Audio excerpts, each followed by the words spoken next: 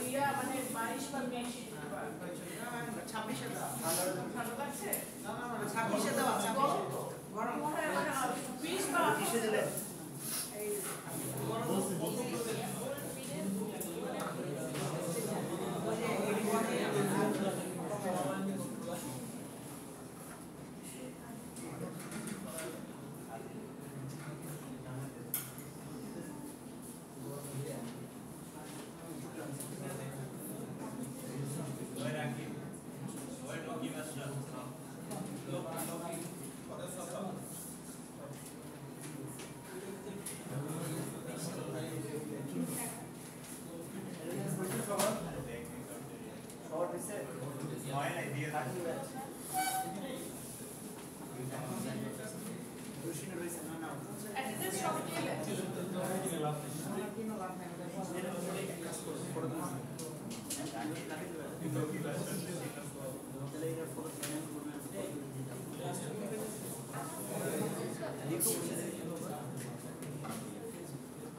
আচ্ছা আপনাদেরকে একটা পোস্ট পিন করে দিয়েছি সিপিআর 14 ব্যাচ আপনাদের WhatsApp আমাদের 30 না 14 না 30 আমরা 14 ও 13 আর 14 13 তো দিয়েছি অ্যাটেন্ডেন্স কি কোনো একটা পেজে লিখবো কেন আপনাদের ফাইল আছে আমাদের ফাইলটা নাই আপনারা কি 13 দিয়েছেন হ্যাঁ তাহলে এটা লিখে ওই ফাইলটার মধ্যে দিয়ে রাখুন সাইডে রেখে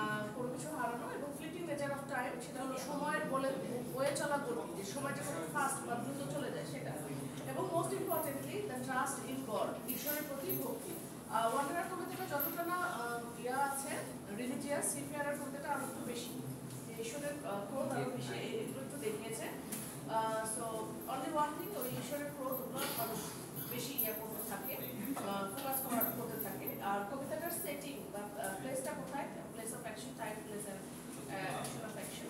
Speaker of the poem is যেহেতু স্পিকার যে গল্প বর্ণনা করছেন সে নিজে একজন seafarer, বোঝা যায় যে setting of the poem must be at the sea, এটা হবে সমুদ্রে হবে.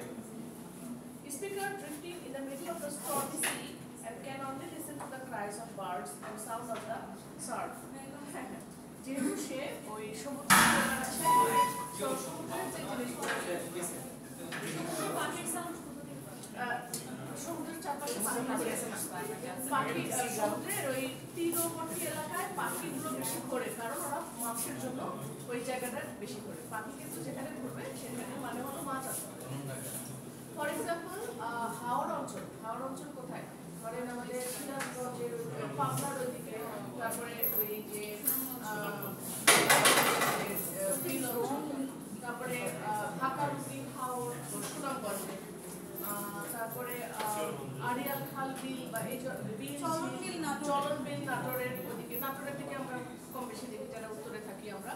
সো ওই জায়গাগুলোতে দেখবেন পানি যাচ্ছে, রাস্তায় দিয়ে যাচ্ছে মানুষ, দুই পাশে পানির মধ্যে যথেষ্ট মাছ বোঝা যাচ্ছে, কারণ মাছ মানে পানির উপরে অনেক পাখি ঘোরাফেরা উড়ছে. সো একইভাবে সমুদ্রের ক্ষেত্রে একই কথা প্রযোজ্য. সমুদ্র তো অসংখ্য মাছের আবাস এবং তীরের জায়গাগুলোতে তীরবর্তী জায়গা এবং গভীর সমুদ্রেও অনেক পাখি ঘোরাফেরা করে. তো পাখি একদিকে, আরেকটা হলো সমুদ্রের ঢেউ, এই দুটো ছাড়া তার আশেপাশে আর কোনো কিছু নেই. সো এই জিনিসটা ভীতিকর, বিকজ মানুষ কিন্তু সংঘবদ্ধ প্রাণী, মানুষের সামঞ্জস্য দরকার. আমরা হয়তো একটা বয়স পর্যন্ত ভাবি যে আমরা একা থাকবো, কিন্তু যখন আমাদের একটা সার্টেন স্টেজে আসার পর দেখা যায় যে অন্তত কাছের মানুষগুলো, বাবা মা, ভাই বোন, আত্মীয় স্বজন, কাছের একদম ক্লোজ ইউনিট, সবচেয়ে নিকটতম ইউনিট কি বাবা মা, ভাই বোন, এগুলো ছাড়া হয় না. আর বিবাহিত মানুষ হলে হাজবেন্ড বা ওয়াইফ, এগুলো ছাড়া চলে না. সো সেই সিফেয়ারার মানুষ বিপর্যিত একটা সমুদ্রে সে ঘুরে বেড়াচ্ছে এবং বরফের মতো সেখানে ঠান্ডা, আইসি কোল্ড, এবং cold bites and numbs the toes and finger. ঠান্ডা এমন যে পায়ের পাতা, হাতের নখ সব মানে কেটে ফেলবে, বাইট করবে, কামড়াবে. বরফের নেচার কিন্তু খুব ভয়াবহ. বরফ দেখা যায় মানুষের জমে গেলে, যদি একটা ফ্রস্ট বাইট হয়, বরফ হয়ে গেলে কেটে যায়, মানে ফিলও পাবে না. বড় জিনিস খুব খারাপ জিনিস. সিফেয়ারার কবিতাটা ট্রান্সলেট করছে যে it is a portrait of a sense of loneliness. এটাও একটা এলিজিয়াক পোয়েট্রি. লোনলিনেস, একাকিত্ব, স্টোইক এন্ডিউরেন্স. স্টোইক মানে হলো সন্ন্যাস বা ধ্যান. Suffering and spiritual yearning, that is the main characteristics of old English poetry. এখানে দেখা যাচ্ছে কোনটা সাইলেন্ট লাগলে ইয়ার্নিং মানে স্পিরিচুয়াল ইয়ার্নিং মানে স্পিরিচুয়াল একটা যাত্রা. তাহলে কি এখানে আছে কবিতায় লোনলিনেস, একাকিত্ব, স্টোইক এন্ডিউরেন্স, সন্ন্যাস জীবন একটা, সাফারিং তো অবশ্যই, এবং স্পিরিচুয়াল একটা যাত্রা বা ইয়ার্নিং বা চাহিদা, যেটা মেইন ক্যারেক্টারিস্টিক ওই সময়কার মেইন ক্যারেক্টারিস্টিক্স ছিল. The poem has two sections. পিছনে আসতে মেইন ক্যারেক্টারিস্টিক্স অফ দিস দুটো সেকশন আছে কবিতাটার. প্রথম সেকশন হলো এলিজিয়াক বা বিয়োগাত্মক, আর সেকেন্ড সেকশন হলো ডিডাকটিক মানে নীতি কথামূলক, নৈতিকতা, যে তুমি এটা করতে হবে, ওটা করতে হবে, বা কোয়াইট রিলিজিয়াস ধর্মীয়. এলিজিয়াক কোনো কিছু হারানোর বেদনা. এলিজিয়াকটা কি জিনিস? ওই যে আমার জীবনে কেউ নাই, কিছু নাই, আমি একা সমুদ্রে পড়ে রয়েছি, এটাই হলো এলিজিয়াক এলিমেন্ট. আর পরের পার্টটা হলো সেকশনটা হলো ডিডাকটিক বা আর কি ওয়ান্ডারারের মতো, যে প্রথম পার্টে বলে মানে প্রথমের দিকে বলে যে আমি একা, আমার কিছু নাই, পরের পার্টে বলে যে আমি ঈশ্বরের শরণাপন্ন হলাম, ঈশ্বরই একমাত্র আমাকে এখান থেকে উদ্ধার করতে পারে. এখানেও তাই ডিডাকটিভ. আর এই কবিতা একটা two poems on two different subjects, দুটো সাবজেক্টের উপর বলা যায় কবিতাটা বেস করে লেখা হচ্ছে. একটা হলো এলিজি আর একটা হলো ডিডাকটিভ থিম. সেটা হলো এই ডিডাকটিভ থিমটা, এটা একটা ইম্পর্টেন্ট কোয়েশ্চেন. এখানে এটা টপিক্যাল একটা বললাম সিফেয়ারের উপরে. Furthermore, this poem can also be taken as a dramatic monologue. Dramatic monologue এর একটা এক্সাম্পল. ড্রামাটিক মোনোলগে কি হয়, যে কবিতা লিখছে বা যে মেইন ক্যারেক্টার সে কথা বলছে, নিজের সাথে নিজে কথা বলছে এবং রিডার্স বা অডিয়েন্স সেখান থেকে আইডিয়া নিচ্ছে.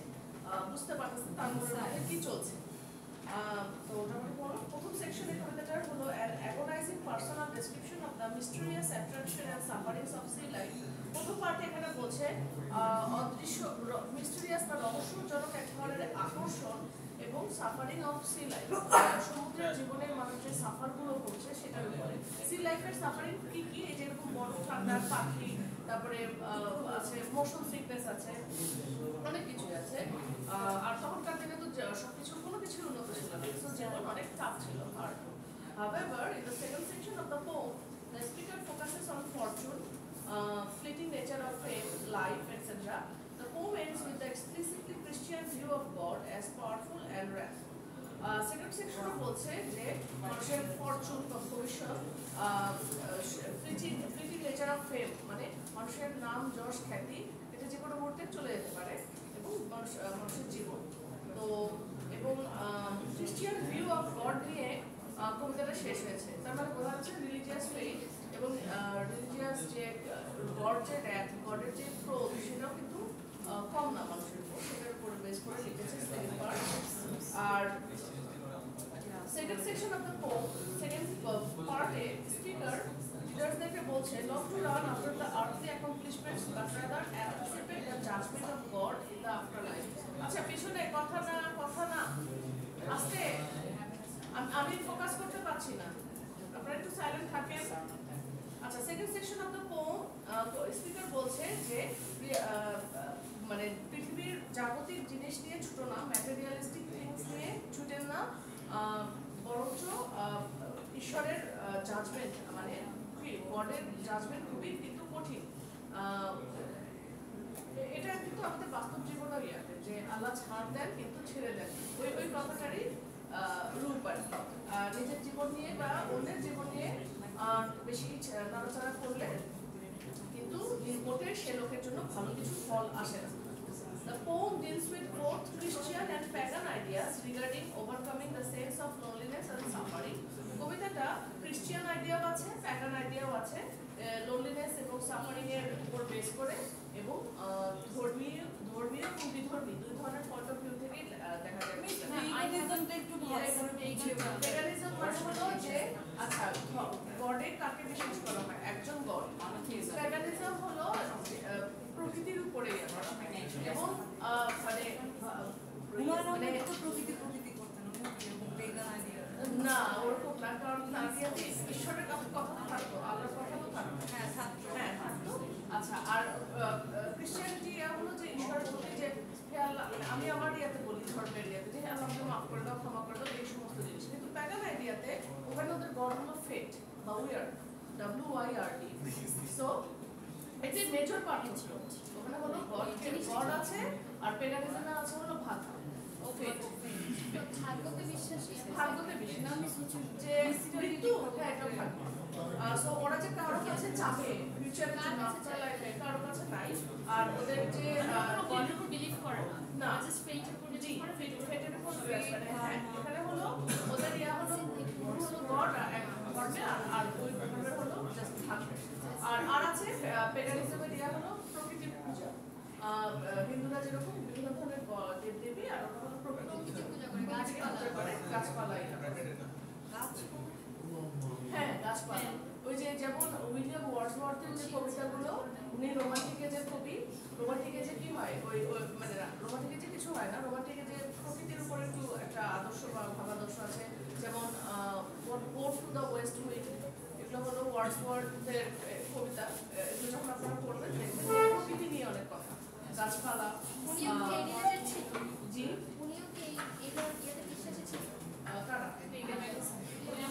হ্যাঁ মানে প্যাগানিজম চর্চা করতো না কিন্তু প্রকৃতি পূজা করতো, প্রকৃতিকে ভালোবাসতো, এরকম ব্যাপারটা এটা গেল।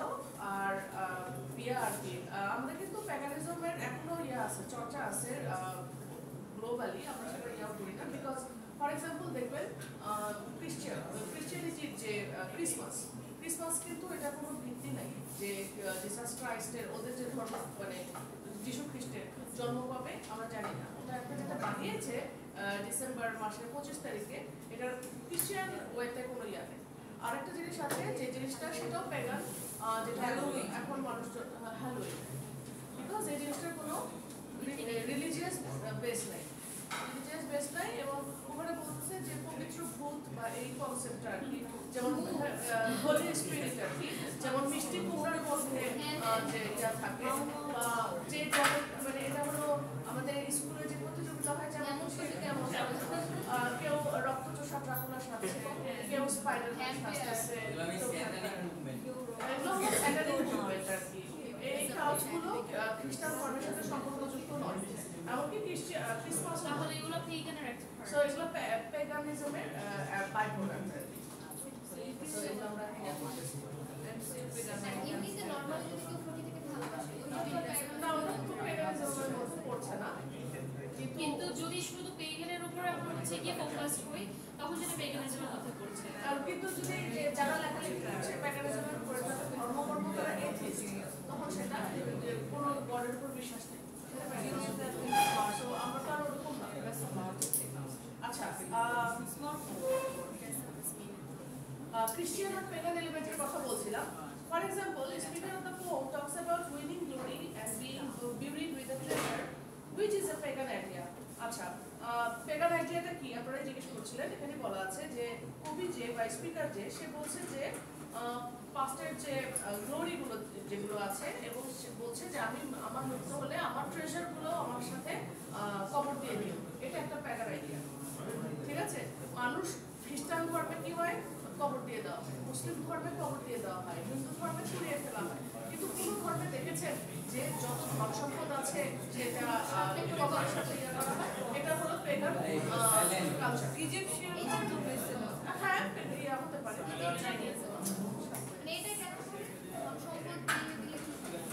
সেটা মানে একটা মানুষ যে চলে যাচ্ছে তার কোনো ফিউচার জেনারেশন কোনো কিছু থাকবে না, সে নিজে সেলফ ডিপেন্ডেন্ট হয়, দ্যাটস ওয়াই কালচার। আচ্ছা পিছনে পিছনে আস্তে আস্তে আস্তে,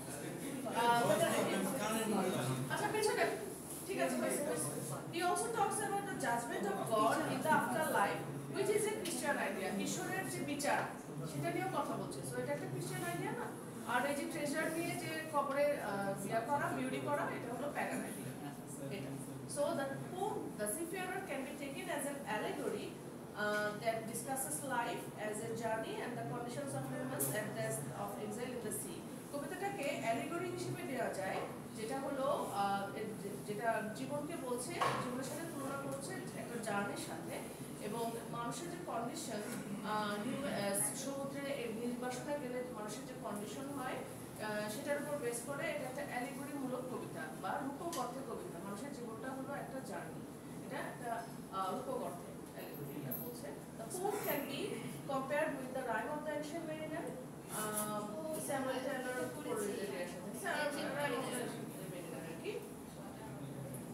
প্রকৃতির সাথে একটা যে এনকাউন্টার হচ্ছে, রাইম অফ দ্য এনশিয়েন্ট মেরিনারও ওটাও কিন্তু ইয়া প্রকৃতি, ওখানেও কিন্তু প্যাগান এলিমেন্ট সেই অর্থ বলতে পারি কিছুটা আছে। যেমন হলো পাখিটা, অ্যালবাট্রস পাখি, রাইম অফ দ্য এনশিয়েন্ট মেরিনারে কি হয় যে ওরা সব সমুদ্রে যাত্রা করছিল, একটা পাখি এসে খাবার চায়, ক্ষুধার্ত ছিল, কিন্তু নির্দয়ভাবে তাকে খুন করা হয়, মানে গুলি মেরে ফেলার পরে দেখা যায় যে হ্যাঁ এটা অশুভ ইয়ে আর কি ওমেন। পরবর্তীতে যেটা হয় যে তাদের সব খাবার দাবার ফুরিয়ে আসে, দেখা যাচ্ছে যে চারিপাশে পানি আছে কিন্তু খাবার পানি নাই, water bottle everywhere, not a single drop to drink. আসলে পানির কিন্তু অপর নাম জীবন বলে মানুষ, কিন্তু পানি জীবন হতে পারে, পানি মরণও হতে পারে। এই যে বন্যা, বন্যা কি হচ্ছে, চারিদিকে তো পানি থই থই পানি, কিন্তু সেটা খাওয়ার মতো তো আর পানি না। এক পানিবন্দী হয়ে মানুষ কত কিছু সাফার করছে, আমরা খালি বলছি বন্যা, মানুষ কষ্ট পাচ্ছে। আসলে বলেন তো বন্যায় কি কি হচ্ছে, যে আটকা পড়তেছে, মোবাইল ইন্টারনেট নাই, আজকালকার মানুষ তো মোবাইলগুলো ছাড়া বিনোদন ছাড়া চলে না, 24টা ঘন্টা কেমনে থাকতেছে মানুষ, তার মধ্যে দেয় খাওয়া দাওয়া, তার মধ্যে হলো ওয়াশরুমের সমস্যা, তার মধ্যে হলো সাপের ভয়, সর্বক্ষণ যেখানে আছে খুবই সাপের উপদ্রব হয়ে যায়, মশা, হ্যাঁ ডেঙ্গু মশার যে ইয়াগুলো, সেই ইয়াগুলো সব মিলিয়ে এরকম ভাবে তাদের চলছে। সো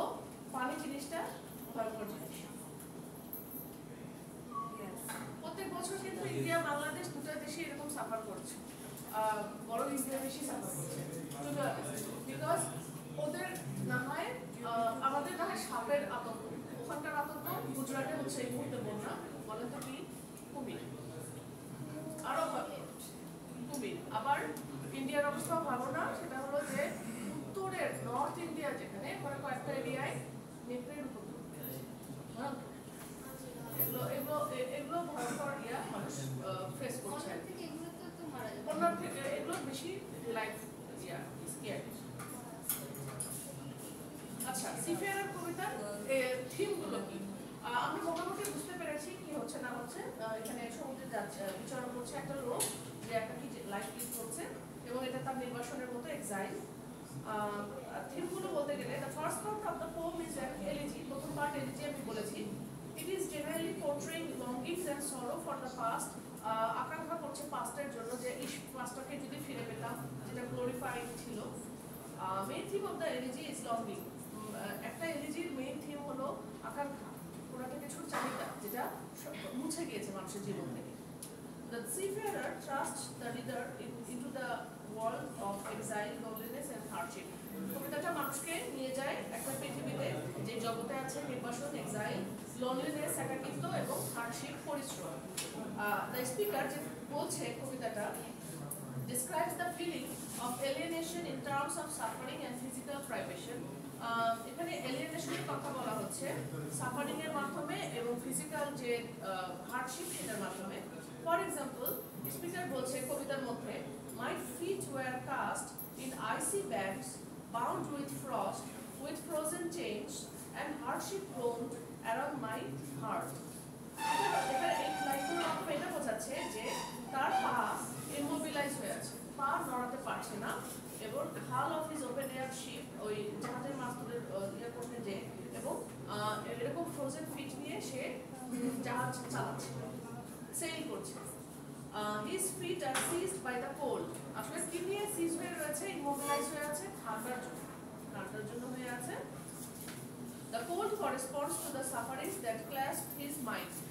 ঠান্ডাটা মানুষটাকে এমনভাবে ভরকে দিয়েছে, সে মেন্টালি প্যানিক হয়ে আছে, তাই না? প্যানিকটা ফিজিক্যাল ইয়াটা, কষ্টটা এরকম মেন্টালি মানুষকে গ্র্যাব করে। He says that he is alone in the world which is blown of love. এমন দুনিয়াতে একাকী যেখানে ভালোবাসা নেই। পাখির চিৎকার চেঁচামেচি আর পানির শব্দ দিয়ে কি হবে? পানির ইয়াটা কিন্তু দেখেন যে আপনি পানির কাছে যাবেন বা সমুদ্রে যাবেন, গর্জন, পানির যে গর্জন, এটাই হলো সে ফেস করছে। আর হলো পাখির শব্দ, চিৎকার। He is only able to listen to his cries of different birds who replace sounds of human laughter.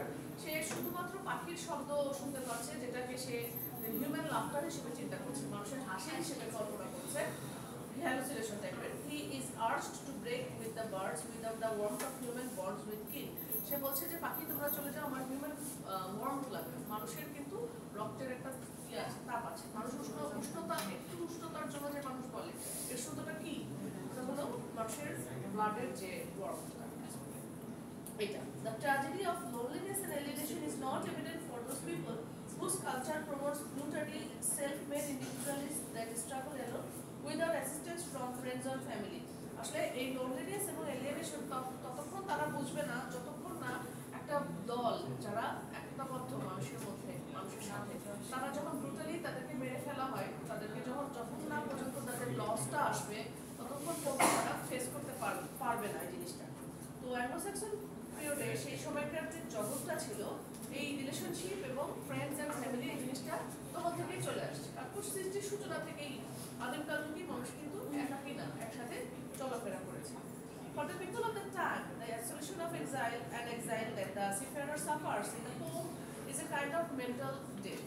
এই seafarer যে সাফারিং গুলো করছে মেন্টালি, আসলে এটা এক ধরনের মানসিক মৃত্যু। An exile and the wanderer, because of his social separation, is the weakest person, as mentioned in the poem. যে এরকম একাকিত্ব চলে, সে আসলে সবচেয়ে দুর্বলতম মানুষ। Without any human connection, the person can easily be stricken down by age, illness, or the enemy's soul. মানুষের সাথে মানুষের যদি কানেকশন না থাকে, মানুষ সহজেই ভালনারেবল বা সহজেই তাকে কাবু করা যায় বয়সের ভারে, অসুস্থতার মাধ্যমে, অথবা কোনো শত্রুর আঘাতে, তরবারির আঘাতে। এরপরে আসছে theme human condition. Despite the fact that the seafarer is in miserable seclusion at the sea, এটা সত্ত্বেও যে সে খুব মিজারেবলি একাকী জীবন যাপন করছে সমুদ্রে, his inner longing propels him to go back to the source of sorrow. তার যে মনের মধ্যে যে তার যে চাহিদাটা, সে বলতেছে যে আমি পাস্টে ফিরে যেতে চাই। The anonymous poet of this poem urges that the human condition is universal in so many ways that it perdures across cultures and through time. এটা বলতেছে যে এটা একটা হিউম্যান কন্ডিশন, এটা খুব ইউনিভার্সাল, এটা সবার ক্ষেত্রেই প্রযোজ্য। মানুষ এখানে একা থাকতে পারে। Human condition consist of a balance between loathing and longing. মানুষের কন্ডিশনটা কিরকম? ঘৃণা এবং ভালোবাসা দুটা পাশাপাশি অবস্থান করে। আমরা আমাদের কাছের মানুষকে ভালোবাসি, আবার তাদের কাছ থেকে এক্সপেকটেশন বেশি থাকে জন্য আমরা তাদেরকে ঘৃণাও করি।